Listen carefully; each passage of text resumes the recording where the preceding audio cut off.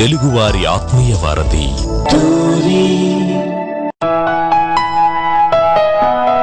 మానవ సమాజ పురోగతికి హేతుబద్ధత, జ్ఞానం, సత్యం, స్వేచ్ఛ, నీతి ముఖ్య అంశాలు.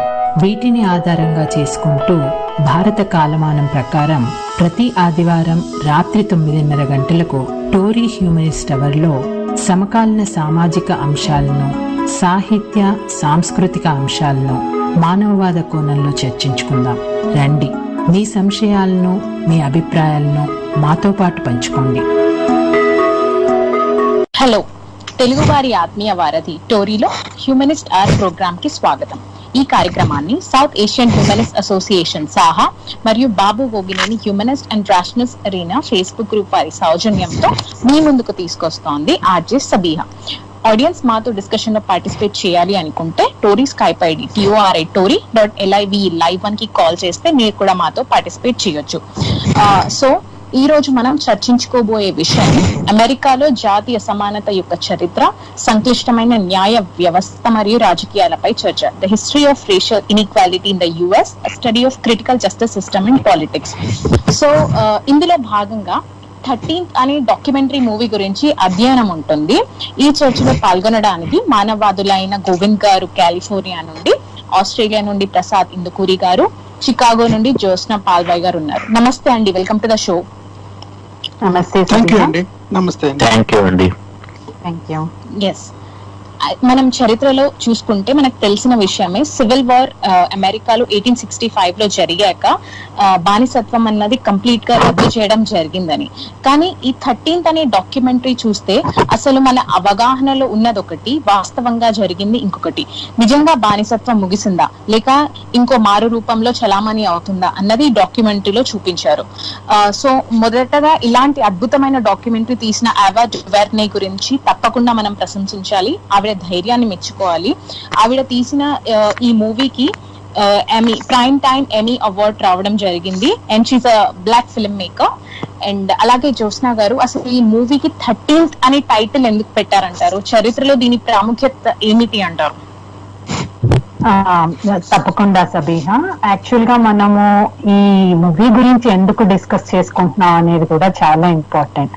ఇప్పుడు మనం ఈ గత కొన్ని నెలలుగా మనం అంటే చూస్తూనే ఉన్నాం కదా, అమెరికా మొత్తం బ్లాక్ లైవ్స్ మ్యాటర్ అని చెప్పేసి, లేకపోతే ఐ క్యాన్ బ్రీత్ అన్న పేరుతో వచ్చిన ఉద్యమం అమెరికాలో ఉన్న ప్రతి నగరంలోనూ ఒక దావనాలంలా వ్యాపించింది. ఎప్పుడైతే జార్జ్ ఫ్లాయిడ్ అనే నల్ల జాతీయుడిని శ్వేత జాతి పోలీసు అమానుషంగా చంపిన దానిపైన అక్కడ నుండి మొదలుకొని బ్లాక్ లైవ్స్ మ్యాటర్ అన్న నినాదంతో ప్రజలు రోడ్ల మీదకి రావడం, ఆ కాంటెక్స్ట్ లో కొన్ని కాల్పులు జరగడం లేదా యూనో వైలెన్స్ కూడా జరిగింది కదా. బట్ మనం ప్రొటెస్ట్ జరుగుతున్న టైంలో కనుక చూసుకుంటే చాలా మటుకు బ్లాక్ లైవ్స్ మ్యాటర్ అన్న నినాదాన్ని శ్వేత జాతీయులు కూడా తీసుకొని అందరూ కలిసి కట్టుగా ఇది ఇంకా చాలు, జరిగింది ఇప్పటి వరకు జరిగింది చాలు, ఇంకా జరగాల్సింది ఈ వివక్ష, ఈ విద్వేషాన్ని మనం ఇంకా అంతమొందించాలి అని అంటున్న టైంలో కొంతమంది నల్ల జాతీయులు కూడా ఎందుకు మనం ఒక ఫ్రీ కంట్రీలో ఉన్నాము, ఇంకా ఏంటి బ్లాక్ ఫ్లాగ్స్ మ్యాటర్ అని మాట్లాడుతున్నారు అని నల్ల జాతీయుల నుండే ఒక రకమైన అంటే ప్రొటెస్ట్ అన్నమాట. అంటే ఎందుకు ఇంత చేస్తున్నారు, how does it's matter, this is a free country, we don't need to do all this అనేది కొన్ని వినిపించాయి. అందుకని అసలు అంటే నల్ల జాతీయుల్లో కూడా ఒక భావం, ఇది తప్పు కాదు అనే భావం వాళ్ళల్లో కూడా కలుగుతుంది. అంటే దానికి హిస్టారికల్ కాంటెక్స్ట్ ని ప్రజల హిస్టారికల్ కాంటెక్స్ట్ మీద అవగాహన లేకపోతే ఎంతటి తప్పిదాలు జరుగుతాయి అనేది మనకు కనిపిస్తుంది అన్నమాట. అందుకని ఈ హిస్టరీ అనేది చాలా ఇంపార్టెంట్. ఆ హిస్టరీలో 13th అమెండ్మెంట్ కి ఎందుకు 13th అమెండ్మెంట్ గురించి మనము మేజర్ గా ఈ డాక్యుమెంటరీ టైటిల్ 13th అమెండ్మెంట్ అని ఎందుకు పెట్టారంటే, ఆ 13th అమెండ్మెంట్ లో ఉన్న లూప్ హోల్ ని కారణం తీసుకుని ఈ వివక్ష అనేది కొనసాగుతూ వచ్చింది నానా రూప. అంటే ఇప్పుడు మీరు ఇందాక అన్నారు కదా, ఇది మన అంతర్యుద్ధ, ఎక్కడైతే సివిల్ వార్ లో ఏదైతే మన అంతర్యుద్ధ అని అంటాం, దాంతో స్లేవరీ అనేది, ఇది బానిసత్వం అనేది ముగిసిపోయింది అని అన్నారు. కానీ అది ఎలా రూపాంతరం చెందుకుంటూ దాన్ని కాన్స్టిట్యూషన్ లో కూడా ఒక లూప్ హోల్ ని క్రియేట్ చేసే అంత విధంగా ఎలా పరిణామం చెందింది అనేది అర్థం చేసుకోవాల్సిన అవసరం ఉంది. అందుకని నేను కొంత హిస్టరీలో ఏం జరిగింది, అసలు 13th అమెండ్మెంట్ ఎందుకు వచ్చింది, ఆ 13th అమెండ్మెంట్ లో ఏం చెప్పారు అనేది చెప్పాలనుకుంటున్నాను సబీహా. తప్పకుండా చెప్పండి. సో మనం చూసుకుంటే, అంటే మనందరికీ తెలిసిందే ప్రతి కంట్రీని బ్రిటిష్ రాజ్యం పరిపాలించింది. అలాగే అమెరికా కూడా హిస్టరీలో బ్రిటిష్ కాలనీస్ లో స్లేవరీ అనేది ఉండింది. ఆ కాలనీస్ లో నుండి, ఆ కాలనీస్ పట్టు నుండి అమెరికా బయటపడినప్పటికీ స్లేవరీ అనేది మాత్రం దాని ఎగ్జిస్టెన్స్ ని ఇంకా కంటిన్యూ చేస్తూనే వచ్చింది. ఎప్పటి వరకు అంటే ఆల్మోస్ట్ అంటిల్ 1865 వరకు కూడా ఈ స్లేవరీ అనేది కంటిన్యూ చేస్తుంది. ఎప్పుడైతే జస్ట్ ఫౌండింగ్ ఫాదర్స్ వాళ్ళ ఫౌండింగ్ డాక్యుమెంట్స్ లో కూడా మనకి ఎక్కడ కూడా ఈ స్లేవరీ అనే దాన్ని మెన్షన్ చేయరు అన్నమాట. 13th amendment is the first document are first amendment that will mention the institution of slavery అనే దాన్ని యుఎస్ కాన్స్టిట్యూషన్ లో మొదటిసారిగా మెన్షన్ చేసింది 13th అమెండ్మెంట్ లో మాత్రమే.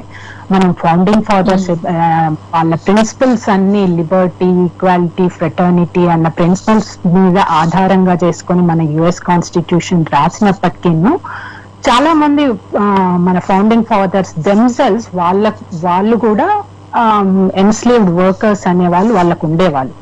ఎప్పుడైతే థామస్ జెఫర్సన్ గారు మొదటిసారిగా ఐ బిలీవ్ 1807 లో అనుకుంటాను, ఆయన ఒక లా పెడతారనమాట. దాన్ని ఏంటంటే హీ బ్యాన్స్ ద ఆఫ్రికా నుండి ఈ బానిసల్ని మనము తెచ్చుకోవడం అనేది ఆపేయాలి అనేది ఆ లా యొక్క ఉద్దేశం అన్నమాట. అయితే ఇది మనం కనుక చూసుకుంటే ఎప్పుడైతే సివిల్ వార్ వీళ్ళ మధ్యలో అక్కడ నాంది పడినప్పటికీను, అంటే ఈ బానిసత్వానికి ఇంకా మనం అబాలిష్ చేయాలి అనే దానికి ఐ థింక్ అది నాంది అని అనుకుంటాను. I would see Thomas Jefferson గారు సైన్ చేసిన లా ఏదైతే ఉందో, ఇంపోర్టేషన్ ఆఫ్ ఎన్స్లేవ్డ్ పీపుల్, అంటే ఒక బీజం వేసింది అనమాట ఈ బానిసత్వానికి ఆపోజిషన్ గా అదొక బీజం వేసింది అని చెప్పుకోవచ్చు. బట్ మనం చూసుకుంటే సివిల్ వార్, మనకి ఈ అంతర్యుద్ధం గురించి తెలిసిందే కదా, అమెరికాలో నార్థన్ స్టేట్స్, సదర్న్ కన్ఫెడరేట్ స్టేట్స్ కి మధ్యలో జరిగిన అంతర్యుద్ధం. అయితే మొదట్లో ఆ అంతర్యుద్ధం యూనియన్ యొక్క పట్టు ఉండాలి అన్న దాంతో మొదలైనప్పటికీ రాను it turned into a struggle. ఏదైతే యూనియన్ యొక్క పట్టును ప్రిజర్వ్ చేయాలి అన్న ఉద్దేశంతో మొదలైన స్ట్రగుల్ లేటర్ ఆన్ స్లేవరీని అబాలిష్ చేయాలి ఆ కోర్స్ ని సెట్ చేస్తుంది అనమాట.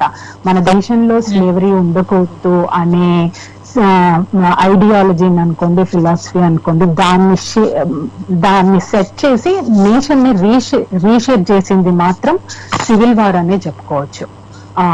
సివిల్ వార్ ని మనం బేసికల్ గా అబాలిషన్ ఆఫ్ స్లేవరీ, ఇంకొకటి రెండోది ఏంటి, స్టేట్స్ రైట్, అంటే ఫెడరల్ మీద స్టేట్స్ రైట్స్ ఎక్కువ స్టేట్స్ కి ఎక్కువ రైట్స్ ఉంటాయి అన్న ఆ ఉద్దేశంతో సివిల్ వార్ చేస్తారు. ఈ ప్రాసెస్ లో సివిల్ వార్ అయిపోయినప్పుడు మనకి మెయిన్ గా మనం మాట్లాడుకోవాల్సింది ఏంటంటే ఎమాన్సిపేషన్ ప్రొక్లమేషన్ అని ప్రెసిడెంట్ అబ్రహం లింకన్ గారు దీన్ని ఇష్యూ చేస్తారు. ఇప్పుడు జనవరి 1860 ఎండ్ ఆఫ్ 1862లో దీని గురించి డిస్కషన్స్ జరుగుతుంటాయి. సెప్టెంబర్ 1862లో ఎమాన్సిపేషన్ ప్రొక్లమేషన్ డిస్కషన్ జరుగుతుంటుంది. ఆయన then he set effective January 1st, 1863 ఎవరెవరైతే ఇప్పుడు వరకు ఎన్స్లేవ్ అయ్యి ఉన్నారో, కరెంట్ గా స్టేట్స్ ఈ రిబెలియన్ అంటే యూనియన్ కి అగెయిన్స్ట్ గా రిబెల్ అవుతున్న స్టేట్స్ లో ఎవరెవరైతే ఎన్స్లేవ్ అయి ఉన్నారో వాళ్ళందరూ ఇప్పటి నుండి ఫ్రీ అని చెప్పేసి they shall be thenceforth and forever free అని చెప్పేసి ఎమాన్సిపేషన్ ప్రొక్లమేషన్ చెప్తుంది అనమాట. సో కాకపోతే ఇదేంటి, ఇది only it is applied to the Confederate states, not to the border states that were loyal to the union. ఏ states అయితే union కి లాయల్ గా ఉన్నాయో వాటికి అప్లై చేయలేదు. అందుకోసము వాటికి కూడా అప్లై చేయడానికి వస్తారు. దానిలో ఏం చెప్తారు క్లియర్ గా, neither slavery Nar involuntary solitude except as a punishment of crime. ఇది చాలా ఇంపార్టెంట్ మనకి. except as a punishment of crime whereof the party shall have been duly convicted. అంటే ఎవరైనా క్రైమ్ చేసి ఉండి వాళ్ళు కన్విక్ట్ అయితే గనక వాళ్ళకి మినహాయింపు అనమాట. ఈ వాళ్ళని మినహాయింపి మిగతా వాళ్ళెవ్వరు కూడా స్లేవరీకి బానిసలుగా మనం ఉంచకూడదు అనేది 13th అమెండ్మెంట్ యొక్క మెయిన్ ఉద్దేశం. ఓకే, కానీ ఏమవుతుందంటే ఫర్దర్ అంటే ఈ సివిల్ రైట్స్ యాక్ట్ అనేది తర్వాత ప్రెసిడెంట్ ఆండ్రూ జాన్సన్ గారు ప్రెసిడెంట్ గా వచ్చిన తర్వాత సివిల్ రైట్స్ యాక్ట్ అని ప్రపోజ్ చేస్తారన్నమాట. బట్ ఆయన he is a firm supporter of states rights అన్నమాట. అంటే సివిల్ రైట్స్ స్టేట్స్ వాళ్ళ రాజ్యాన్ని ఎలా పరిపాలించుకోవాలని కానీ లేకపోతే వాళ్ళ రాజ్యంలో ఉన్న పౌరుల్ని ఎలా ట్రీట్ చేయాలన్న ఇది పూర్తిగా స్టేట్స్ కే వదిలేయాలి అనేది ఆండ్రూ జాన్సన్ గారి ఇదనమాట. అంటే మనం ఈ 13th అమెండ్మెంట్ ప్రతిపాదన. ఎస్, ఎప్పుడైతే మన లింకన్ గారు ఇది ఎమాన్సిపేషన్ ప్రొక్లమేషన్ 13th అమెండ్మెంట్ ఆ టైంలో ఆయన చనిపోతారు కదా, అంటే ఆయనని అసాసినేట్ చేస్తారు. ఆయన అసాసినేట్ చేసే ముందు కూడా ఆయన ఇచ్చిన స్పీచ్ లో he clearly tells అనమాట, I think they deserve ఎవరెవరైతే మిలిటరీలో అంటే ఈ రిబెలియన్ కి అంతర్యుద్ధం రిబెలియన్ లో మిలిటరీలో పార్టిసిపేట్ చేశారో, అంటే బ్లాక్స్ కూడా అందులో పార్టిసిపేట్ చేసి ఉంటారు కదా ఈ రివోల్ట్ లో. సో వాళ్ళందరికీ what he says is that they also deserve the right to vote అని చెప్పి అంటారు. అన్నప్పుడు ఆ తర్వాత ఆయన అసాసినేట్ చేయడము, ఆ తర్వాత ఆండ్రూ జాన్సన్ గారు రావడం. ఆండ్రూ జాన్సన్ గారు is a firm believer of or supporter of state rights over federal rights అన్నమాట. ఆయన ఏం చేస్తారు, ఈ ఇప్పుడు వరకు తీసుకున్న ల్యాండ్ అంటే ఇది ఈ అంతర్యుద్ధంలో ఈ సివిల్ వార్ లో ఎండ్ అయిన తర్వాత వీళ్ళందరూ కాన్ఫిస్కేట్ చేసుకున్న ల్యాండ్ ఏదైతే ఉంటుందో ఆ ల్యాండ్ ని ఆర్మీ ఫ్రీ బానిసత్వం నుండి బయటకు వచ్చిన వాళ్ళకి ఇచ్చేస్తుంది. కానీ ఆండ్రూ జాన్సన్ గారు మళ్ళీ వచ్చేసి ఏ ల్యాండ్ అయితే వీళ్ళ దగ్గర నుండి తీసుకున్నారో ఆ ల్యాండ్ ని మళ్ళీ కన్ఫెడరేట్ స్టేట్స్ కి రిటర్న్ ఇచ్చేస్తారు. కాకపోతే ఏం చెప్తాడంటే you should they are required to uphold the 13th amendment అన్నమాట. ఎవరు కూడా 13th అమెండ్మెంట్ ని నిరాకరించకూడదు అన్న దాంతో అతను వాళ్ళకి అవన్నీ ఇచ్చేస్తాడు. ఈ సదర్న్ స్టేట్స్ కి ఎప్పుడైతే వాళ్ళ అంటే వాళ్ళకి ఇప్పుడు స్టేట్స్ కి పవర్ వచ్చింది కదా, ఫెడరల్ కి పట్టు సడలింది కదా స్టేట్స్ మీద. సో అవును, మనం బానిసత్వాన్ని అబాలిష్ చేస్తున్నాము అని చెప్పినప్పటికీ వాళ్ళ ల్యాండ్ మళ్ళీ వాళ్ళకే ఇచ్చేసి వాళ్ళ రాజ్యాధికారం వాళ్ళ అంటే అధికారం చేసే వీళ్ళ జీవితాలు ఎలా ఉండాలి అనే అధికారం చేసే ఉంది కదా, అధికారం వాళ్ళకు ఉంది కాబట్టి. So they started enacted what is called black codes అన్నమాట. ఈ బ్లాక్ కోడ్స్ అనేది they are designed to limit the freedom of African Americans. సో వీళ్ళు ఎక్కడికి వెళ్తున్నారు, ఎప్పుడెప్పుడు ఏం చేస్తున్నారు, ఎట్లాంటి పనులు చేయాలి, ఇవన్నిటిని కూడా వాళ్ళు లిమిట్ చేయడం, ఈ బ్లాక్ కోడ్స్ ద్వారా లిమిట్ చేయడం మొదలు పెట్టారన్నమాట. లిమిట్ అని రిస్ట్రిక్ట్ చేయడం మొదలు పెట్టారు. ఈ బ్లాక్ కోడ్స్ లో మనం చూసుకుంటే వాళ్ళు ఏంటి, ఒక 1 year లేబర్ కాంట్రాక్ట్ సైన్ చేయాలి. అంటే ఈ బ్లాక్ అమెరికన్స్ ఎవరైతే, ఆఫ్రికన్ అమెరికన్స్ ఎవరైతే ఉన్నారో, ఇప్పుడు 4 సివిల్ వార్ లో నుండి, స్లేవరీ నుండి బయటపడిన వాళ్ళు అప్పట్లో 4 million పీపుల్. ఈ 4 million పీపుల్ మరి దీని మీద ఆర్థిక వ్యవస్థ అంతా వాళ్ళ శ్రమ ఆధారితంగా నిర్మించబడి ఉన్నది కదా. మరి వీళ్ళందరినీ ఫ్రీ అప్ చేసేస్తే మళ్ళీ ఎకానమీ దెబ్బతింటది కదా. మరి వీళ్ళని మళ్ళీ మనం కాంట్రాక్ట్ లో పనిలోకి తీసుకోవాలంటే ఇప్పుడు బానిసలుగా తీసుకోలేము. అందుకని బ్లాక్ కోడ్స్ అనేటివి ఎనాక్ట్ చేశారు. బ్లాక్ కోడ్స్ లో ఏం చేశారు, మళ్ళీ మీరు మాకు సంవత్సరం పాటు పని చేయాలి అని చెప్పారు. ఆ పనిని రెఫ్యూజ్ చేసిన, కాంట్రాక్ట్ ని బ్రేక్ చేసినా గానీ అన్పెయిడ్ లేబర్ అన్నమాట. వాళ్ళు దే విల్ బి అరెస్టెడ్. ఇక్కడ నుండి మొదలవుతుంది ఈ అరెస్ట్ అనేవి. ఇప్పుడు మనం ఈ రోజు మాట్లాడుకుంటున్నాం అంటే బ్లాక్స్ అనే వాళ్ళని అంటే ఎంత చిన్న తప్పు చేసినా అరెస్ట్ చేసేస్తున్నారు. As oppose to whites, blocks ని ఎక్కువగా అరెస్ట్ చేస్తున్నారు అనేది మనం ఇప్పుడు చూస్తున్నాం. కానీ దానికి బీజాలు ఎక్కడ పడ్డాయి అంటే ఈ బ్లాక్ కోడ్స్ లోనే, బ్లాక్ కోడ్స్ ఎనాక్ట్మెంట్ తోని పడ్డాయి అన్నమాట. ఎప్పుడైతే లేబర్ కాంట్రాక్ట్ ని బ్రేక్ చేయడమో, లేకపోతే లేబర్ కాంట్రాక్ట్ కి అగ్రీ చేయకపోతేనో ఈ అరెస్ట్ అనేవి స్టార్ట్ చేయడం మొదలు పెట్టారు. ఈ ఉట్టి లేబర్ కాంట్రాక్ట్ తోనే ఆగలేదు.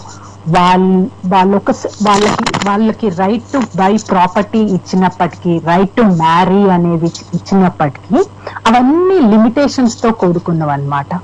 ఎక్కడైతే ఈ ప్రాపర్టీ ఈవెన్ వేగ్రెన్సీ లాస్ అంటారు, అంటే జులాయిగా తిరుగుతున్నారు అని అంటారు. యాక్చువల్ గా వాళ్ళు జులాయిగా తిరగరు.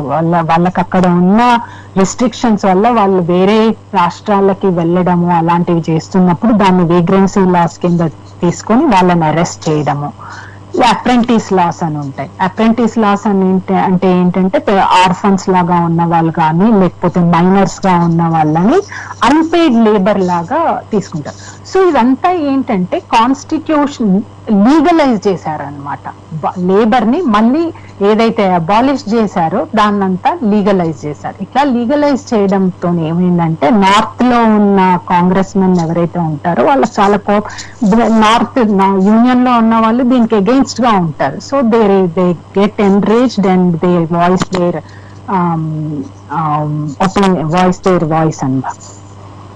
ఇట్లా చేస్తే మేము సౌత్ లో ఉన్న వాళ్ళని కాంగ్రెస్ కి ఎన్నుకోము, వాళ్ళని సీట్ చెయ్యనీయము అనేది ఎప్పుడైతే తీసుకొస్తారో అప్పుడు ఈ రీకన్స్ట్రక్షన్ ఎరా అనేది అక్కడ స్టార్ట్ అవుతుంది అనమాట. రీకన్స్ట్రక్షన్ ఎరా ఏం చేస్తే ఈ బ్లాక్ కోడ్స్ ని అబాలిష్ చేసేసి మళ్ళీ బ్లాక్స్ కి కూడా పొలిటికల్ సిస్టమ్ లో ఎంట్రీని కలిగిస్తుంది. దే స్టార్ట్ లోకల్ అఫీషియల్స్ లాగా. ఈవెన్ సదర్న్ స్టేట్స్ లో రీకన్స్ట్రక్షన్ ఎరా చాలా ఫాస్ట్ గా, అంటే ఒక 10 years లో 1865 లో అయిపోతే civil war, next 10 years is called reconstruction ఎరా అన్నమాట. అంత తక్కువ సమయంలోనే బ్లాక్స్ లోకల్ అఫీషియల్స్ లాగా, గవర్నమెంట్స్ లాగా, మెంబర్స్ ఆఫ్ కాంగ్రెస్ లాగా ఎలక్ట్ అవ్వడం మొదలవుతారు.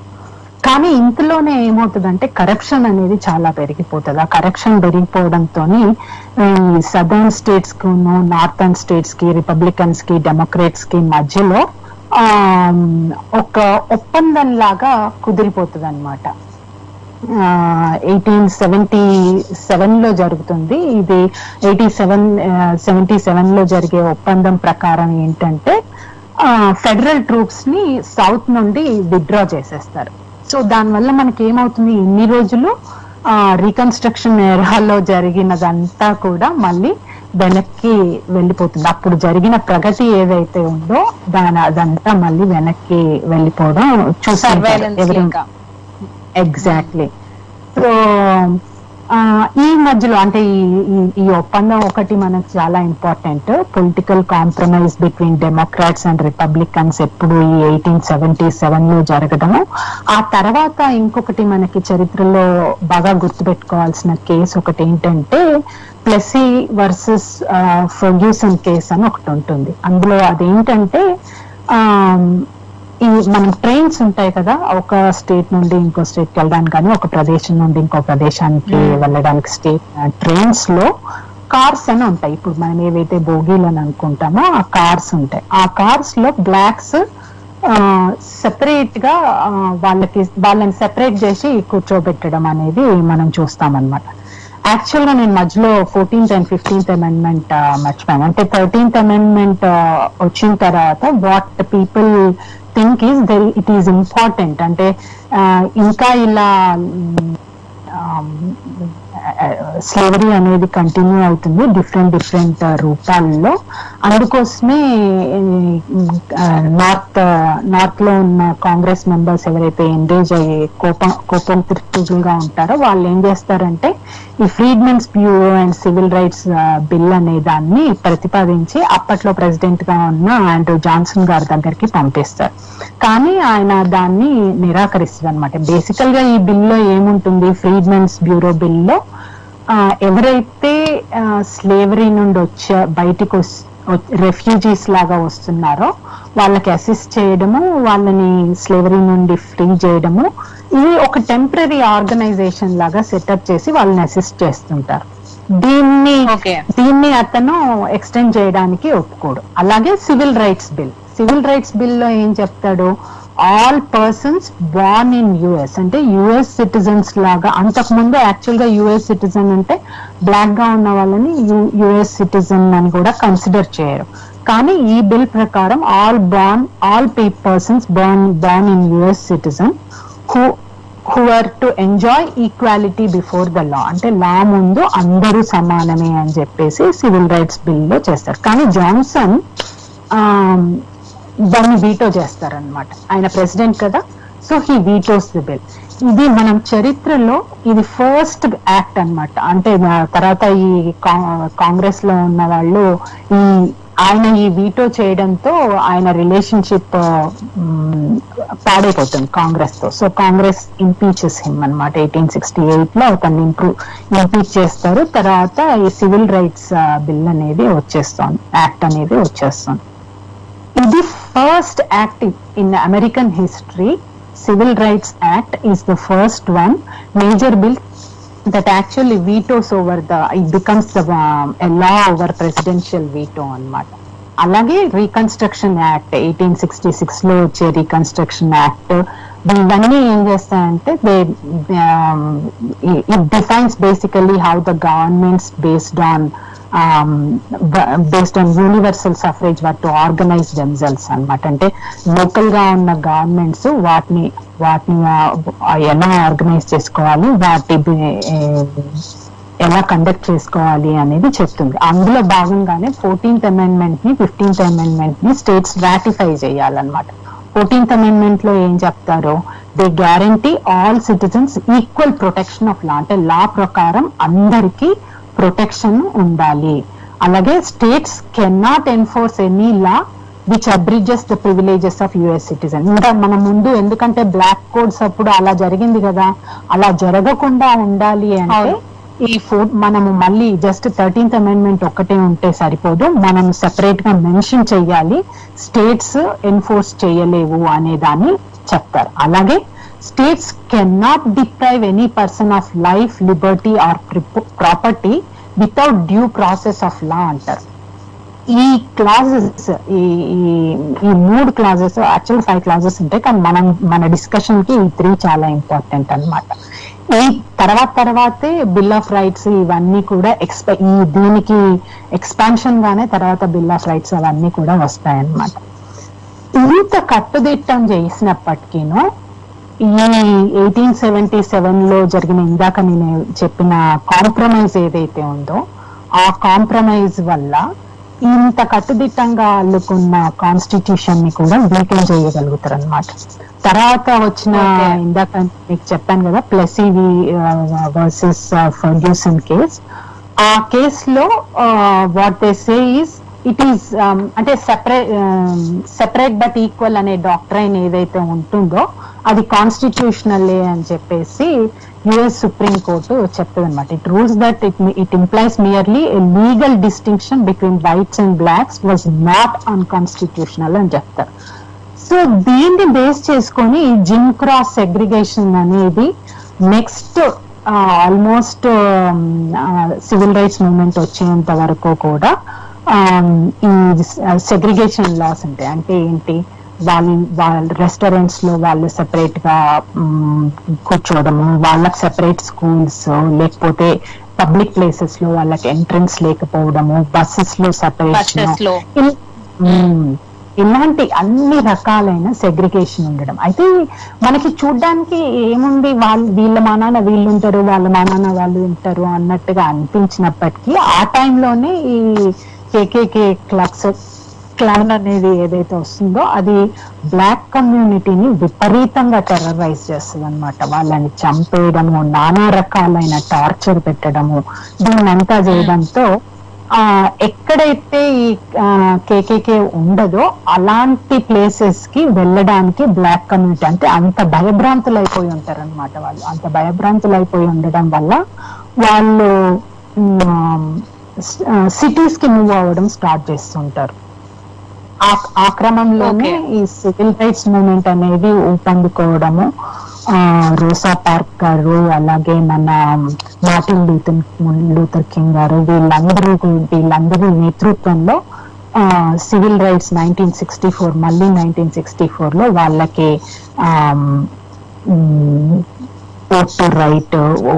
రైట్ టు ఓటు ఇలాంటివన్నీ వాళ్ళకి ఎనాక్ట్ అవుతాయి అన్నమాట. ఎంత చరిత్ర, ఇంత ఫైట్ చేస్తే అంటే వందల సంవత్సరాల శ్రమ, వందల సంవత్సరాల విద్వేషం, వివక్ష ఉన్నది కాబట్టే దానికి ఇంత ప్రాముఖ్యత ఉన్నది. ఐఎమ్ షూర్ ప్రసాద్ గారు ఇంకా తర్వాత దీన్ని ఎట్లా ఇన్స్టిట్యూషనలైజ్ చేశారు అంటే ఇది సివిల్ రైట్స్ మూవ్మెంట్ అయిపోవడంతో ఆగిపోయిందా, లేక అది ఇంకా కంటిన్యూ అయ్యిందా, అంటే మన సిస్టమ్ ని ఎంత దిగజార్చారు లేదా సిస్టమ్ ని ఎలా సెటప్ చేశారు అనేది ఐఎమ్ షూర్ ప్రసాద్ గారు ఇంకా గోవింద్ గారు ఎక్స్ప్లెయిన్ చెప్తారు. నాకు ఒక డౌట్ ఉందండి గోవింద్ గారు, అంటే మనకి ఇప్పుడు స్లేవరీ అన్నది 1600s లో స్టార్ట్ అయింది అని చెప్తారు. నిజంగానే 1600s లో 400 years బ్యాక్ స్టార్ట్ అయిందా? ఓకే, థ్యాంక్ యూ అండి, చాలా మంచి ఇంట్రడక్షన్ ఇచ్చారు జ్యోత్స్న గారు, అసభ్య గారు. ఇప్పుడు మనం ఈ స్లావరీ అనేది కనుక తీసుకున్నట్లయితే మన అమెరికన్ టెక్స్ట్ బుక్స్ లో ఎక్కడైనా సరే మనకి 1660s నుంచి 1619 నుంచి మొట్టమొదటిసారి జేమ్స్ టౌన్ దగ్గర నుంచి ఒక వర్జీనియాలో ఒక షిప్ దగ్గర నుంచి ప్రారంభమైంది అని చెప్తారు అనమాట యాక్చువల్ గా. కానీ వన్ ఆఫ్ ద మామూలుగా అనుకునేది ఏంటంటే చరిత్రకారులు అందరూ ఒక్కసారి అందరూ మ్యూట్ లో పెడతారండి, you are not talking, everyone just put on mute. అయితే ఇప్పుడు మనం అందరం చూసుకుంటే గనక అసలు స్లావరీ అనేది అసలు ద బీజం ఎక్కడి నుంచి పడింది అంటే ఒక అమెరికన్ ల్యాండ్ లోనే కాదు, అమెరికా ల్యాండ్ లో కూడా మొట్టమొదటిసారి బీజం ఏంటంటే 1455 అనమాట. అంటే 15వ శతాబ్దంలోని రోమన్ క్యాథలిక్ చర్చ్ ప్రపంచాన్ని సగానికి విభజిస్తుంది అనమాట. వీళ్ళు ఏం చేస్తారంటే ఈ పోర్చుగల్ వాళ్ళకి ఎక్స్క్లూజివ్ రైట్స్ అంటే ఏంటంటే పశ్చిమ ఆఫ్రికా మరియు స్పెయిన్ వాటి మీద వాణిజ్యానికి ఒక గుప్తాధిపత్యాన్ని కేటాయిస్తారనమాట. ఇది చేసింది ఎవరు? మళ్ళీ చర్చే. ఈ చర్చ్ అంటే ఏంటంటే పోప్ నికోలస్ V అతను పోర్చుగీస్ ఈ ప్రయత్నాలన్నింటినీ ప్రోత్సహించి వాళ్ళకి 1455లోని రోమన్ పాంటిఫిలెక్స్ అని ఒక జారీ చేస్తాడనమాట. ఇదేం చేస్తుందంటే పశ్చిమ ఆఫ్రికా తీరం వెంబడిన భూభాగాలు ఏవైతే ఉన్నాయో ఆ పోర్చుగల్ ప్రత్యేక హక్కులు ఇస్తారనమాట. అంటే ఈ ప్రాంతంలో వీళ్ళు వాణిజ్యం చేయొచ్చు అని ధృవీకరిస్తారు. కానీ అది వాణిజ్యం ఒకటే కాదనమాట, వాళ్ళకి ఎక్స్క్లూజివ్ రైట్స్ ఏమొస్తాయంటే ఈ ప్రాంతాల మీద దండయాత్రలు చేయడము, ఈ ప్రాంతాలని దోపిడీ చేసుకోవడము, అదే విధంగా వీళ్ళ ప్రజల్ని ఎక్కువగా సర్వీసెస్ లో పెట్టకుండా ఒక శాశ్వత బానిసత్వం అంటే వీళ్ళ ప్రజలు కాకుండా లేబరర్ కావాలన్నమాట మనకి. వాళ్ళని తీసుకురావడానికి వీళ్ళకి ఎక్స్క్లూజివ్ రైట్స్ ఉంటాయి అన్నమాట. అదే టైంలోని కొలంబస్ కి ఒక ఫైనాన్షియల్ సపోర్ట్ కావాలి, అంటే ఇన్వెస్ట్ చేయాలి. కొలంబస్ లోకి ఆ ఎక్స్ప్లోరేషన్ కి ఇన్వెస్ట్ చేసిన ఆమె క్వీన్ ఇస్బెల్లా. ఆమె ఏం చేస్తుందంటే వాళ్ళ మెయిన్ మోటివ్ ఏంటంటే గోల్డ్, బంగారం తీసుకురావడం అనేది. కానీ ముఖ్యంగా ఈ పోర్చుగల్, ఈ దేశాలకు ఏంటంటే బంగారంతో పాటు they need a new land, కొత్త ల్యాండ్ కావాలన్నమాట. అప్పుడు వీళ్ళు మొత్తం ప్రపంచం మీద బయలుదేరుతారు. అయితే అప్పుడు క్వీన్ ఏం చెప్తుందంటే, ఈ కొలంబస్ అక్కడికి వెళ్ళినప్పుడు అక్కడ లోకల్ అమెరికన్స్ ఎవరైతే ఉన్నారో వాళ్ళందరినీ కూడా బానిసలుగా ట్రీట్ చేద్దామని ఈ కొలంబస్ వాళ్ళ ప్రపోజల్ అనమాట. అయితే క్వీన్ ఎలిజబెత్ ఒప్పుకోదు. క్వీన్ ఎలిజబెత్ ఏముంటుందంటే they are not slaves, they are part of Spain అనమాట. అంటే స్పెయిన్ ప్రజలుగానే వాళ్ళని మనం గుర్తించాలి, and also they belong to Spain అని చెప్తుంది క్వీన్. అంటే మొట్టమొదటిసారిగా బానిసల కింద ట్రీట్ చేయరు వాళ్ళని, నేటివ్ అమెరికన్స్ ని.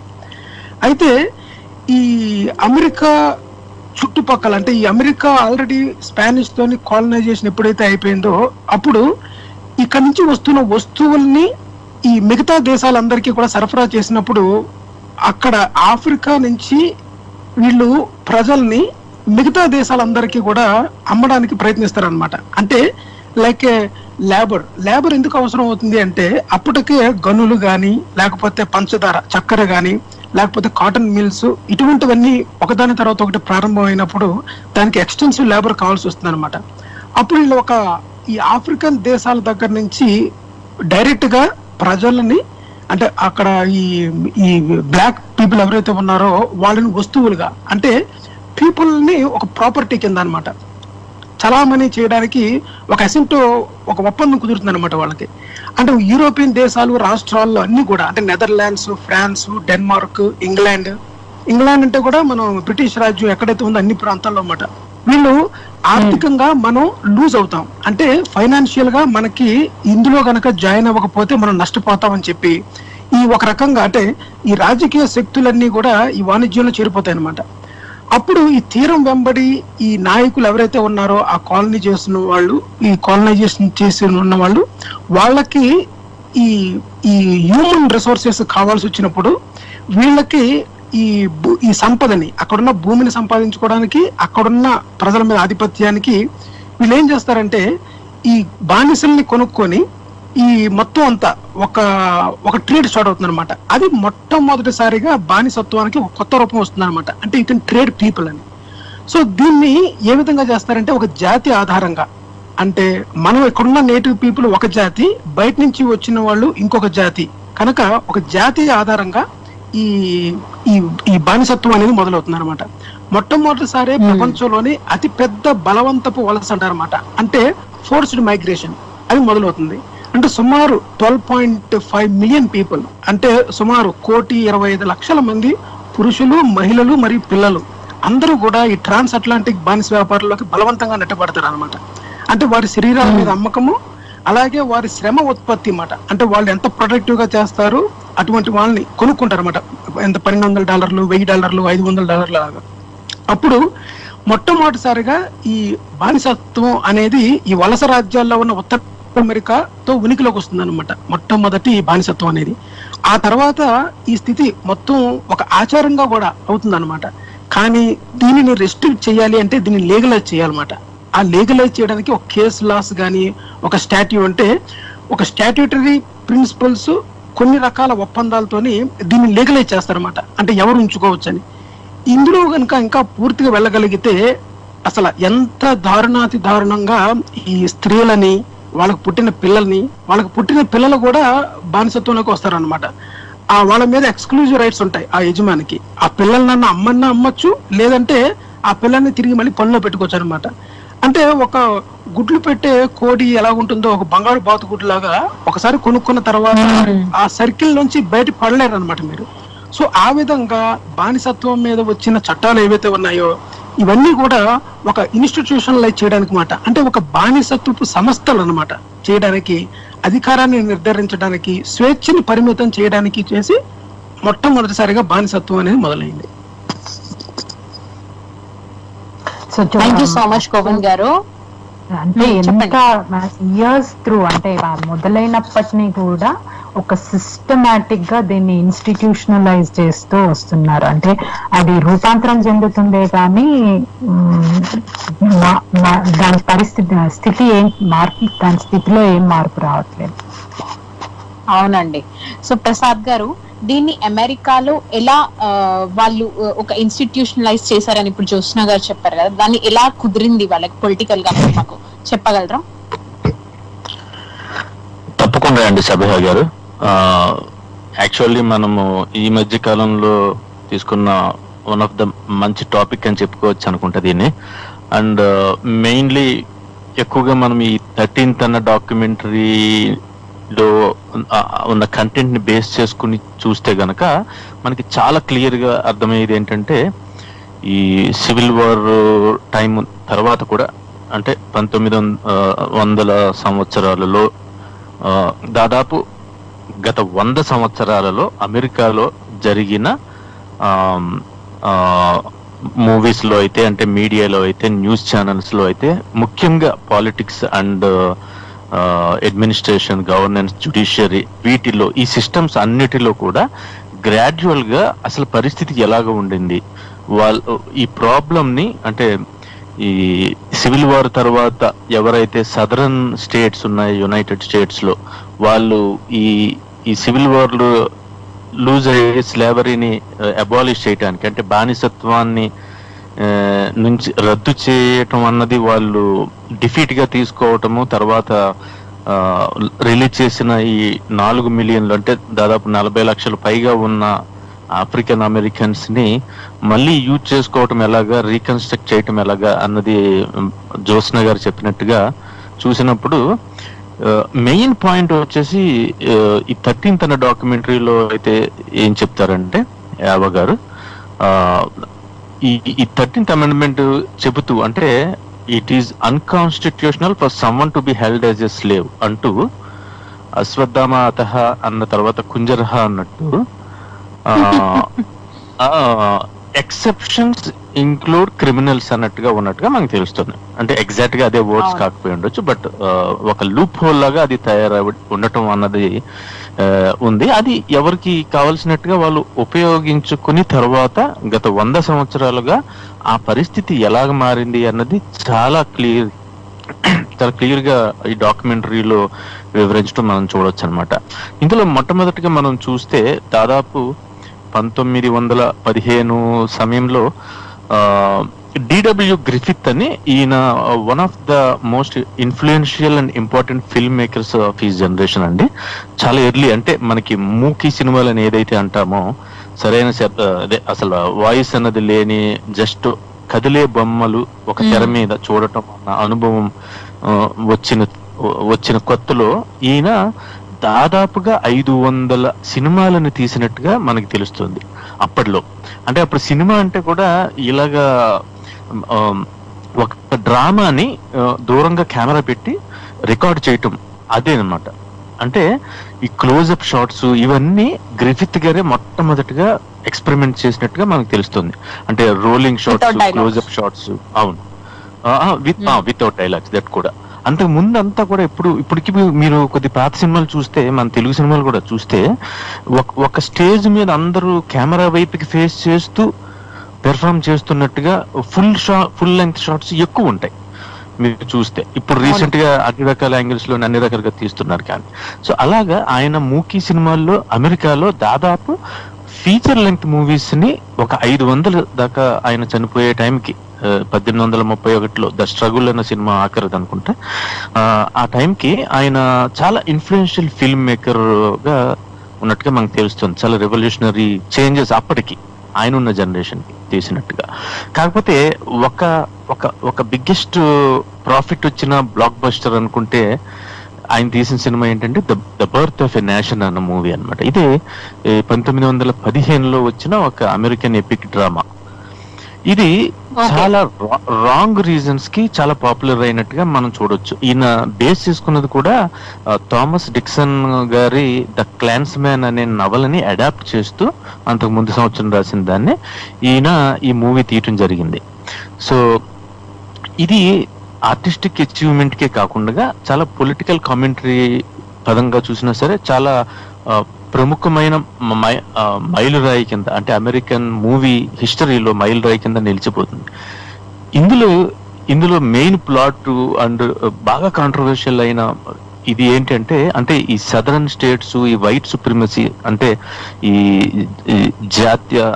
శ్వేత జాత్య అహంకారం అనుకోవచ్చు అనుకుంటా మాట, వాళ్ళని సపోర్ట్ చేస్తున్నట్టుగానో లేదంటే ఆ ఫ్యాక్ట్స్ ని ఎగ్జాగరేట్ చేస్తూ ఆయన మూవీని తీయటం జరిగింది. ఇందులో ఒక బ్లాక్ మేల్, అంటే ఒక ఆఫ్రికన్ అమెరికన్ మేలుని ఒక చాలా క్రూరుడుగాను, అలాగే వైట్ ఉమెన్ కి ఒక థ్రెట్ గాను, వీళ్ళని అంటే Negro out of control and who is a threat to a white women అన్న కాన్సెప్ట్ ని జనాల్లోకి చాలా రాంగ్ గా వెళ్ళటానికి అవకాశం ఇచ్చింది అనమాట ఈ సినిమా అన్నది.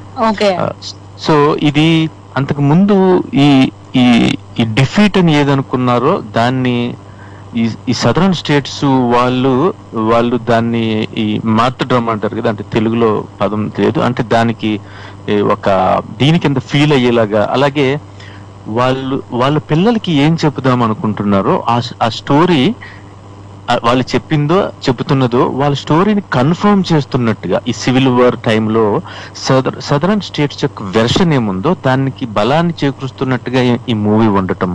అలాగే అప్పట్లో ప్రెసిడెంట్ గా చేసిన ఈ వుడ్రో విల్సన్ గారు అన్నది ఆయన వైట్ హౌస్ లో ఈ సినిమా యొక్క ప్రైవేట్ స్క్రీనింగ్ చేయించుకుని ఆయన చెప్పిన విషయం ఏంటంటే, హిస్టరీ రిటన్ విత్ లైటింగ్ అంటారు ఇక్కడ. అంటే ఒక బ్లాక్ పర్సన్ అన్నతన్ని చాలా యానిమలిస్టిక్ అండ్ క్యానిబలిస్టిక్, అంటే నరమాంస భక్షకుడు అనేంత బ్యాడ్ ఇమేజ్ ని తీసుకుని రావటం వలన ఎఫెక్ట్స్ ఏమైనాయి అంటే, ఈ బర్త్ ఆఫ్ ఎ నేషన్ వచ్చినప్పుడు చాలా క్రిటిసిజం కూడా వచ్చింది. అక్కడ క్రిటిసిజం వచ్చి చాలా మంది ఇవి కూడా చేస్తే, ప్రొటెస్ట్లు చేస్తే కూడా దానికి కంటిన్యూస్ గా ఐ థింక్ ఆయన శిష్యుడు లాంటి ఒక ద ఇంటాలరెన్స్ అని ఒక మూవీ కూడా తీసినట్టుగా మనకు తెలుస్తుంది. సో ఈ ఎఫెక్ట్ ఏమైందంటే, ఈ కూక్లక్స్ క్లాన్ అని మనకి ఒక మిలిటెంట్, అంటే ఈ ఆఫ్రికన్ అమెరికన్స్ కి, జూస్ కి, ఇమిగ్రెంట్స్ కి, లెఫ్టిస్ట్ భావాలు ఉన్న వాళ్ళకి, అలాగే అప్పట్లో క్యాథలిక్స్ కి, ఎల్జిబిటి కమ్యూనిటీకి, గేస్, లెస్బియన్స్, వీళ్ళందరికీ కూడా వ్యతిరేకంగా వాళ్ళని థౌజండ్స్ లో, అంటే వేలల్లో మాబ్ లించింగ్ చేసి, అంటే వాళ్ళని పబ్లిక్ గా ఊరేయటం దగ్గర నుంచి, కాల్ చేయటం దగ్గర నుంచి, అప్పటికప్పుడే వాళ్ళ శిక్షలు, అంటే వాళ్ళే జడ్జిలు, వాళ్ళే లాయర్లు, వాళ్ళే శిక్షించటం, పబ్లిక్ గా చేయటం, ఇదన్నది మళ్ళీ రివైవ్ అవటానికి. అంటే యాక్చువల్గా ఈ కూక్లక్స్ క్లాన్ అన్నది కేకేకే అంటారు. వాళ్ళు ఏంటంటే డిఫరెంట్ టైమ్స్ లో ఒక 3 డిఫరెంట్ పీరియడ్స్ లో యాక్టివ్ అయినట్టుగా మనం కనపడితే, అది మెయిన్ మోస్ట్ రీసెంట్ టైంలో ఈ cinema the birth of a nation అన్న సినిమా అది రెచ్చగొట్టిన ఈ భావాలని మళ్ళీ పట్టుకొని అది పునరుజ్జీవం అయ్యి మళ్ళీ చాలా టువర్డ్స్ 1920s లో చాలా ఇన్ఫ్లుయెన్స్ అవటం తోటి వేలలో ఈ ఆఫ్రికన్ అమెరికన్స్ ని ఈ లించింగ్ అని చేయటం అన్నది జరిగినప్పుడు, అప్పుడు with in the country southern states, main Florida, అలా ఆ ప్రదేశం నుంచే వేరు చోట్లకి, మొత్తం అమెరికా అంతటికి వీళ్ళు సొంత దేశంలో రిఫ్యూజీల కింద పారిపోవటం జరుగుతుంది అనమాట. అది ఇమిగ్రేషన్, మైగ్రేషన్ కాదండి, అది out of fear of death and prosecution, వీటి గురించి. అవునండి, విత్ ఇన్ ద యుఎస్ లో అన్నదే చూస్తాం అన్నమాట. సో ఇది జరిగిన తర్వాత మెల్లగా, అంటే ఇది ఎప్పుడు కూడా పోలేదు, ఇప్పటికి కూడా ఏమి చేసినా సరే ఆ ఫిగర్స్ ఎలాగున్నాయో మనకు చూస్తాం తెలుస్తుంది. ఇప్పుడు దానికంటే ఇది మోర్ లీగల్ టర్మ్ తీసుకోవటం మొదలు పెట్టింది అక్కడి నుంచి. అంటే మిడ్ 1900s వచ్చేటప్పటికి ఈ సెగ్రిగేషన్ లాస్ ఆఫ్ సౌత్ అని, ఈ బ్లాక్స్ ని సెకండ్ క్లాస్ సిటిజన్స్ కింద, అలాగే వాళ్ళకి ఓటింగ్ రైట్స్ లేకపోవటం కానీ, లేదంటే వాళ్ళకి వైట్స్ తెల్లవాళ్ళు వెళ్ళే స్కూళ్ళలో వీళ్ళకి ప్రవేశం లేకపోవటం, అలాగే బీచ్లు లాంటి పబ్లిక్ ప్లేసెస్ లో కూడా వాళ్ళకి ఎంట్రన్స్ లేకపోవటం అన్నది, ఇవన్నిటి తర్వాత వచ్చిన ఈ మార్టిన్ లూథర్ కింగ్ గారి ఈ civil rights and human rights movements, ఇవన్నీ రావటం దగ్గర నుంచి, అంటే ఒక శ్వేత జాతీయుని ఆధీనంలో అరెస్ట్ అవటం అన్నదే చాలా బిగ్గెస్ట్ నైట్ మేర్ కింద భావించే నల్ల జాతీయులు, అవును, వాళ్ళు మాస్ గా ఒక వాలంటరీగా ఒక మూమెంట్ లాగా అందరూ వందల్లో వేలలో అరెస్ట్ అవడానికి సిద్ధపడిపోవటం అన్నది మనం చూస్తాం. ఈ మార్టిన్ అంటే మన గాంధీ గారి ఈ అహింస పద్ధతిని ఇన్ఫ్లుయెన్స్ అయినట్టుగా మనకి తెలుస్తుంది. సో జ్యోత్స్న గారు కవర్ చేశారు అది సివిల్ రైట్స్ మూవ్మెంట్ గురించి. సో అంటే ఈ స్లేవరీ ఎప్పుడైతే అసలు యాక్చువల్ స్లేవరీ అన్నది 1865లోనే ఎండ్ అయినట్టుగా మనకి కనీసం కాగితాల మీద తెలుస్తున్నా, ఈ సివిల్ రైట్స్ యాక్ట్ అనేది మనకి రావడానికి దాదాపు 100 సంవత్సరాలు. అంటే 1964లో సివిల్ రైట్స్ యాక్ట్, అలాగే 1965లో ఈ ఓటింగ్ రైట్స్ యాక్ట్ రావటం అన్నది కనీసం ఈక్వల్ రైట్స్ అన్నది ఒక పాజిబిలిటీగా పడటానికి మనకి 100 సంవత్సరాలు పట్టినట్టుగా మనకి తెలుస్తుంది. సో ఈ టైంలో యాక్చువల్లీ ఇది వచ్చిన తర్వాత అసలైన క్రైమ్ రేట్ అన్నది విపరీతంగా పెరగటము, ఈ జైళ్ళలో నంబర్స్ అన్నది దాని తర్వాత ఎలా పెరిగింది అన్నది మనం చూస్తే గనక ఈ నీగ్రోస్ కి అంటే ఫ్రీడమ్ టు నీగ్రోస్ అన్న దాన్ని వాళ్ళు is paying back as crime అన్నట్టుగా మనకి పోర్ట్రేట్ చేయడం అన్నది టువర్డ్స్ లేట్ 1960s నుంచి స్టార్ట్ అయినట్టుగా మనకి తెలుస్తుంది. ఇక్కడ మనకి శరత్ గారు ఏదో క్వశ్చన్ అంటున్నారండి, ఒకసారి చెప్పండి శరత్ గారు. థ్యాంక్ యూ అండి. కానీ యాక్చువల్లీ చాలా ఇంట్రెస్టింగ్ టాపిక్ అండి ఇది. చాలా మందికి ఈ కాంటెక్స్ట్ కూడా తెలియకపోవచ్చు 13th Amendment. I think this is all very interesting discussion that is going on. నాది ఒక క్వశ్చన్ ఉందండి, ఏంటంటే అంటే జస్ట్ నేను కొంచెం దీనికి బ్యాక్గ్రౌండ్ కాంటెక్స్ట్ ఇచ్చి నేను క్వశ్చన్ అంటే మనం చూస్తే అంటే ఫేస్ ఆఫ్ ఇట్ అంటే ఇవాళ రోజుల్లో అంటే ఈ ప్రస్తుతం జరుగుతున్న పరిస్థితి ఉన్న పోలీస్ బ్రూటాలిటీ నేపథ్యంలో జరుగుతున్న మళ్ళీ ఈ బ్లాక్ లైవ్స్ మ్యాటర్ యాక్టివిజం లో ఆ పోరాటాల్లో జరుగుతున్న కొన్ని వాస్తవాలు మనకు కనబడుతున్నాయి. మొదటి వాస్తవం ఏంటంటే జైళ్ళల్లో ఉన్న కాన్విక్ట్స్ ప్రిజనర్స్ లో నేరస్తులు వాళ్ళు ఉన్న నేరస్తులు ఆఫ్రికన్ అమెరికన్ పాపులేషన్ అలాగే హిస్పానిక్ పాపులేషన్ వీళ్ళిద్దరూ ఓవర్ రిప్రజెంటెడ్ ఉన్నారనేది ఒక మ్యాటర్ ఆఫ్ ఫ్యాక్ట్. అది వాళ్ళ పాపులేషన్ కంపేర్.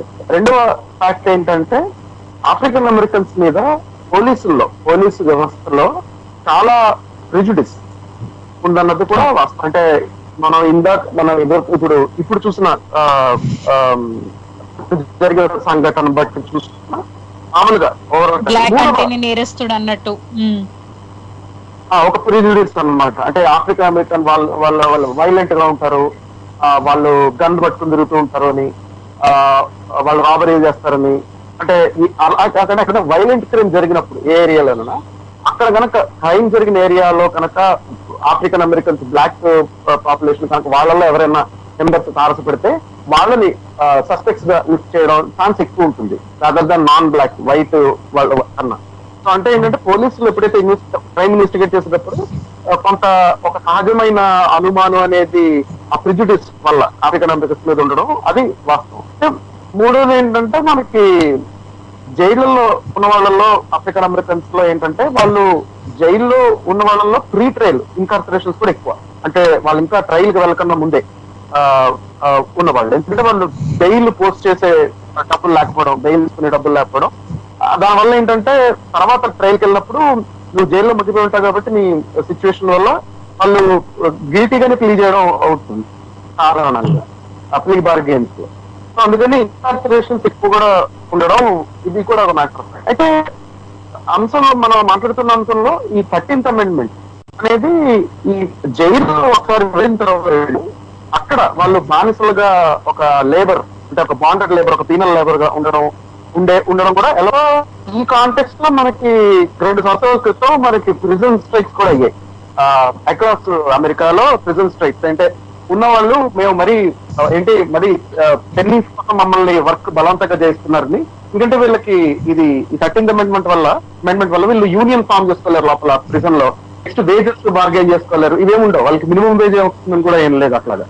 సో పెన్నీస్ అంటే ఇది వెట్టి చాకరీ చేయించుకుంటున్నట్టు లెక్కలోకి వస్తుంది. సో ఇది కాంటెక్స్ట్. ఈ కాంటెక్స్ట్ లో నా క్వశ్చన్ ఏంటంటే, అంటే ఇవాళ రోజున మనం అంటే నాకు అర్థమవుతుంది చూస్తే 13th అమెండ్మెంట్ అనేది ఒక దానికి పరిష్కారం అదొక లేబర్ ఇష్యూ లాగా అనిపిస్తుంది నాకు. అంటే ఎందుకంటే అది వెట్టి చాకరీ సమస్య కాబట్టి. ఇప్పుడు మనం ఎక్కువ ఇవాళ రోజున ఇన్కార్పొరేట్ అవుతున్న బ్లాక్ పాపులేషన్ లో ఆఫ్రికన్ అమెరికన్స్ లో ఎక్కువ మంది చూస్తే వాళ్ళ సంఖ్యలో ఎక్కువ వార్ ఆన్ డ్రగ్స్ వల్ల అదే ఈ డ్రగ్స్ నియంత్రణ కోసం చేసిన టఫ్ లాస్ చేయడం, సెంటెన్సింగ్ ఎక్కువ చేయడం వల్ల ఎక్కువ మంది ఈ ఆఫ్రికన్ అమెరికన్స్ ఇంకా హిస్పానిక్ ఇన్కార్పొరేట్ అవుతున్నట్టు మనకు తెలుస్తుంది. మనకి డెమోక్రాట్స్ ఎప్పుడు ఈ విషయం గురించి మాట్లాడినా రాజకీయ నాయకుల్లో కూడా ఎక్కువ డ్రగ్ లీగలైజేషన్ అనేది ఎక్కువ కొంచెం చూపిస్తున్నారు. మాస్ ఇన్కార్పొరేషన్ తగ్గడానికి ఒక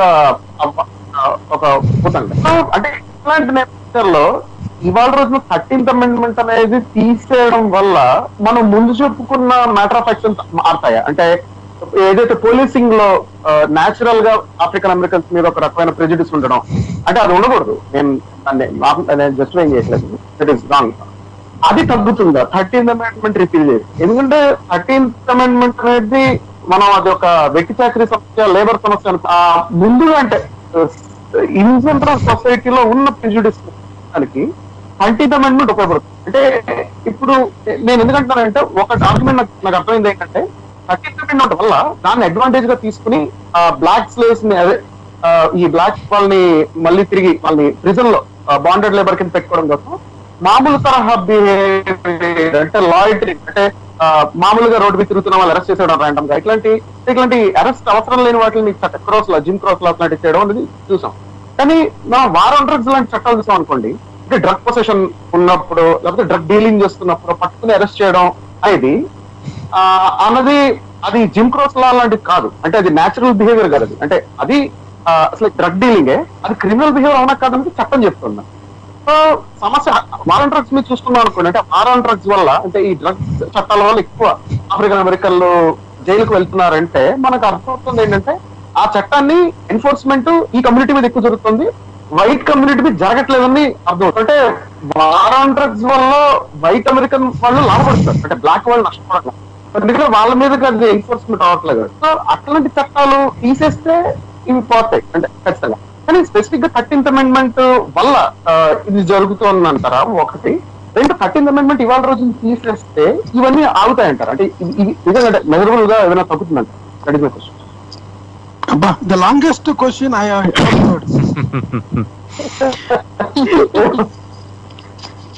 శరత్ గారు, అది యాక్చువల్లీ మనకి 13th అన్న డాక్యుమెంటరీలో అది టైటిల్ అలా పెట్టడము అన్నది ఎక్కడ స్టార్ట్ అయింది అని చెప్పడానికి ఉద్దేశించినట్టుగా మనకి తెలుస్తుంది. కానీ ఇప్పుడు నేను చెప్పే ఈ civil right movement, human rights and civil right movements జరిగిన తర్వాత వచ్చిన ఈ పొలిటికల్ గేమ్ లో మనకి ఈ మెయిన్లీ రిపబ్లికన్ పార్టీ క్యాండిడేట్స్ అయిన ఈ రిచర్డ్ నిక్సన్ గారు, రొనాల్డ్ రీగన్ గారు, తర్వాత బుష్ గారు, క్లింటన్ గారు, ఈ దారిలో చూస్తే గనక యాక్చువల్లీ మనకిప్పుడు వాళ్ళు మాట్లాడుతున్నప్పుడు వాళ్ళ స్ట్రాటజిస్ట్స్, వాళ్ళ అడ్వైజర్స్ యొక్క రికార్డెడ్ ఆడియోస్ పరంగా కూడా మనకి తెలిసేది ఏంటంటే విల్లింగ్ గా కావాలని ఇవి యూజ్ చేసుకుని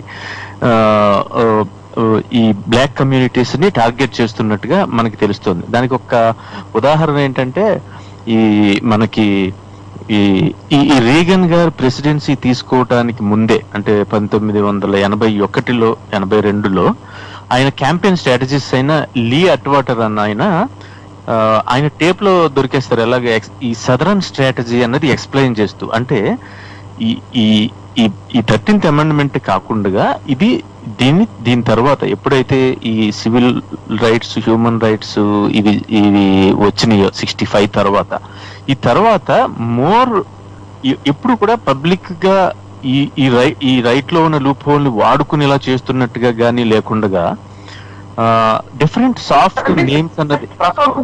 అంటే మీరు చెప్పే ముందు నాకు ఒక చిన్న కౌంటర్ ఏంటంటే దీనికి, అంటే జనరల్ గా అంటుంది ఏంటంటే ప్రెసిడెంట్స్ లెవెల్ నుంచి ఒక రకమైన కాన్స్పిరసీ ఉందని, అంటే they are all involved in this whole thing. ఎందుకంటే దీనికి వ్యాపార సంబంధాల వల్ల, అంటే ఇది it's like privatisation of prisons వాటి వల్ల అవుతుంది అన్నది. కానీ ఇక్కడ మ్యాటర్ ఆఫ్ ఫ్యాక్ట్ ఏంటంటే శరత్ గారు, ఇది కేవలం ఎకానమీని పెంపొందించడానికో అదొక్కటే మ్యాటర్ కాదండి.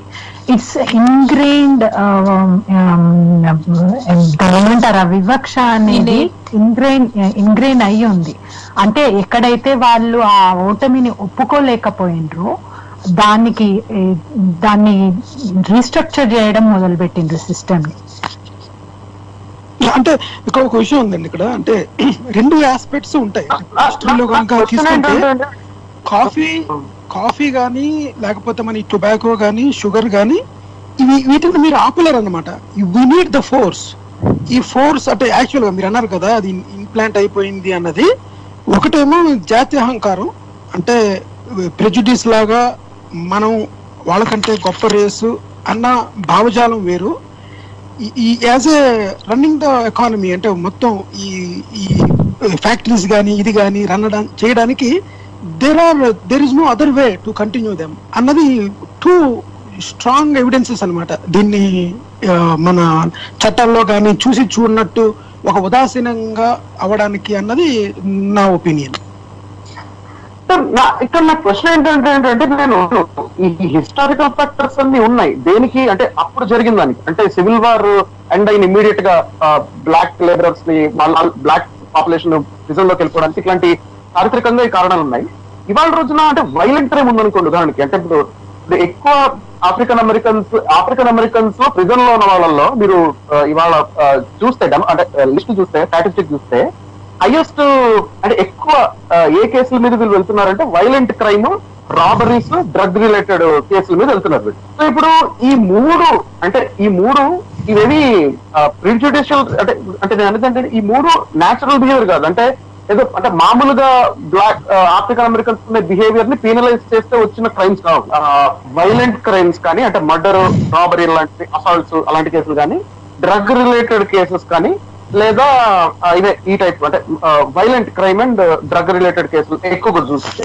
అట్ ద సేమ్ టైం అంటే నేను అనేది ఏంటంటే వైలెంట్ క్రైమ్స్ లో వెళ్ళిపోవడానికి నాకు అనిపిస్తుంది, జనరల్ గా అనిపిస్తుంది ఏంటంటే సోషల్ ఎకనామిక్ రీజన్స్ ఉంటాయి. అంటే పూర్ నైబర్హుడ్స్ లో ఉండడం, అలాగే ఎవరైతే కాస్త కోస్త అఫ్లుయెంట్ గా ఉంటారో వాళ్ళు వేరే నైబర్హుడ్స్ మూవ్ అవ్వలేకుండా రెడ్ లైనింగ్ చట్టాలు ఉండడం, ఇలాంటి కారణాలు ఉంటాయి.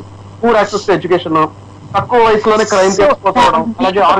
క్వశ్చన్ ఇస్తాను శరత్ గారు, మన వరల్డ్ పాపులేషన్ లో అమెరికన్ పాపులేషన్ ఎంత ఉంది? 5% ఉంది.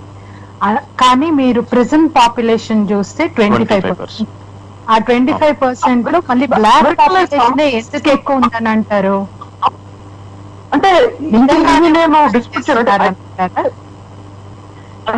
అంటే లేదు నా ఉద్దేశంలో మీరు మగ్గిపోతున్న వాళ్ళలో చాలా మంది అంటే ఫస్ట్ ఆఫ్ ఆల్ అంత సెంటెన్సింగ్ ఆఫ్ క్రైమ్ అవసరం లేదు వాళ్ళకి నా ఉద్దేశంలో, జైళ్లలో మగ్గిపోతున్న వాళ్ళకి. నెంబర్ 2, డ్రగ్ రిలేటెడ్ కేసెస్ అన్ని non sensical cases most of the times. అంటే మీరు డ్రగ్ పొసెషన్ కి, డ్రగ్ డీలింగ్ కి, మల్టిపుల్ అఫెన్సెస్ కి అంతంత లాంగ్ టెన్యూర్స్ ఇవ్వడం, అలాగే మీరు పోస్ట్ చేయలేనంత బెయిల్ అమౌంట్ పెట్టేసి వాళ్ళని ప్లీ బార్గెన్స్ లో బలవంతంగా there is no other choice but to plead guilty type లో తీసుకురావడం అనేది those are the problems, big problems అమెరికాలో. అంటే సో అమౌంట్ అయితే తగ్గాలి, ఆ నెంబర్ ఆఫ్ ఎంతైతే ఇన్కార్సరేషన్స్ ఉన్నాయో అవైతే they have to come down, especially among African Americans and Hispanic. There is no doubt.